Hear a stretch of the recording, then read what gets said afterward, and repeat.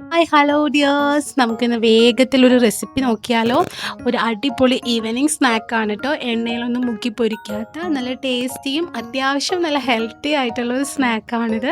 അപ്പോൾ നമുക്ക് വേഗം തന്നെ റെസിപ്പിയിലോട്ട് പോകാം. ഒട്ടും വലിച്ചു നീട്ടലോ ബോറിങ്ങോ ഒന്നും ഇല്ല കേട്ടോ. അപ്പോൾ കംപ്ലീറ്റ് ആയിട്ട് വീഡിയോ കാണാം.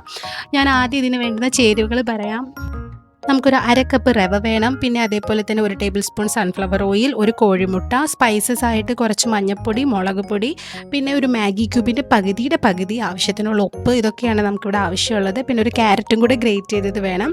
കപ്പില്ലാത്ത കൂട്ടുകാർ വിഷമിക്കേണ്ട. നമുക്കൊരു കുപ്പി ഗ്ലാസിൻ്റെ പകുതി മതി, പകുതി റവ അതെടുക്കുക. പിന്നെ അതേപോലെ തന്നെ ബാക്കി നമ്മുടെ സ്പൈസസൊക്കെ ഇഞ്ചിയും പച്ചമുളകും ഞാൻ എടുത്തിട്ടുണ്ട് ഇവിടെ. നിങ്ങൾക്ക് അതിൻ്റെ ടേസ്റ്റ് ഇഷ്ടമാണെന്നുണ്ടെങ്കിൽ വളരെ കുറച്ച് നമുക്ക് അതും കൂടെ ചേർത്ത് കൊടുക്കാം.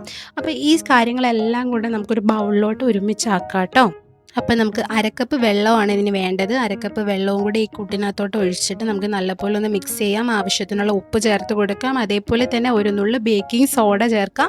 പിന്നെ ഞാൻ നേരത്തെ പറഞ്ഞതുപോലെ നമ്മുടെ മാഗി ക്യൂബ് ഒരു കട്ടയാണ് എടുക്കുന്നതെങ്കിൽ അതിൻ്റെ പകുതി മതി നമുക്ക്. അത്ര ഹെൽത്തി അല്ല എന്ന് എനിക്കറിയാം. പിന്നെ ഇനി അതിന് ടേസ്റ്റ് ഒരുപാട് ഇഷ്ടമുള്ള കൂട്ടുകാരുണ്ടെന്നുണ്ടെങ്കിൽ ആ ഒരു കട്ട നിങ്ങൾക്ക് ചേർത്ത് കൊടുക്കാം. ഇനി ഇത് വേണ്ട, സ്കിപ്പ് ചെയ്യാൻ ഇഷ്ടമുള്ള കൂട്ടുകാരാണെന്നുണ്ടെങ്കിൽ പകരം ചിക്കൻ മസാലയോ ഗരം മസാലയോ എന്താ ഉള്ളതെന്ന് വെച്ച് കഴിഞ്ഞാൽ അത് ചേർത്ത് കൊടുക്കുക ണെന്നുണ്ടെങ്കിൽ നമ്മുടെ സ്നാക്കിന് നല്ല ഒരു ടേസ്റ്റ് ഉണ്ടാവും. അപ്പോൾ മുട്ടയും എല്ലാം കൂടെ ചേർത്ത് നമുക്ക് നല്ലപോലെ ഒന്ന് മിക്സ് ചെയ്തിട്ട് ഒരല്പസമയം നമുക്ക് റെസ്റ്റ് ചെയ്യാൻ വേണ്ടിയിട്ട് മാറ്റി വയ്ക്കാം. ബാറ്റർ ഞാനൊരു 10 മിനിറ്റ് റെസ്റ്റ് ചെയ്യാൻ വേണ്ടി വെക്കുന്നുണ്ട്. 10 മിനിറ്റിന് ശേഷം ഞാനെടുത്ത് ഇവിടെ കുക്ക് ചെയ്യുകയാണ്. നോൺ സ്റ്റിക്ക് പാനിലാണ് ഞാനിവിടെ കുക്ക് ചെയ്തെടുക്കുന്നത്. അപ്പം അതിനകത്തോട്ട് ഒഴിച്ചിട്ട് നല്ല രീതിയിലൊന്ന് സ്പ്രെഡ് ചെയ്ത് കൊടുക്കുക.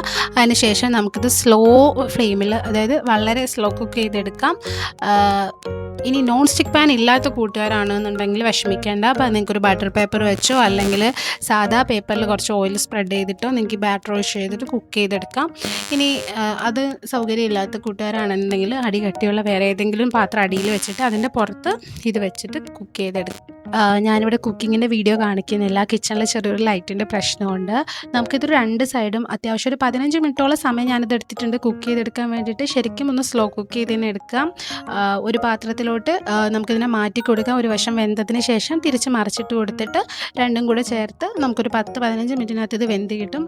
നന്നായിട്ടൊന്ന് തൊട്ട് നോക്കുമ്പോൾ നമ്മുടെ കയ്യിലൊന്നും ആയിട്ടില്ല എന്നുണ്ടെങ്കിൽ ഒരു സ്ക്രൂവർ വെച്ചും കൂടെ ഒന്ന് കുത്തി നോക്കുക. സ്ക്രൂവറിലൊന്നും ആയിട്ടില്ല എന്നുണ്ടെങ്കിൽ നമുക്കിതിനെ വേറൊരു പാത്രത്തിലോട്ട് മാറ്റി ഒരു 5 മിനിറ്റ് വീണ്ടും റെസ്റ്റ് ചെയ്യാൻ വയ്ക്കാം. ആയിട്ടൊന്ന് തണുത്തതിന് ശേഷം നമുക്കിത് കട്ട് ചെയ്ത് സെർവ് ചെയ്യാം. അടിപൊളി സ്നാക്കാണ്, സൂപ്പറാണ്, ഹെൽത്തിയാണ്. അപ്പോൾ എല്ലാവരും ട്രൈ ചെയ്ത് നോക്കുക, ഫീഡ്ബാക്ക് അറിയിക്കുക. Bye bye.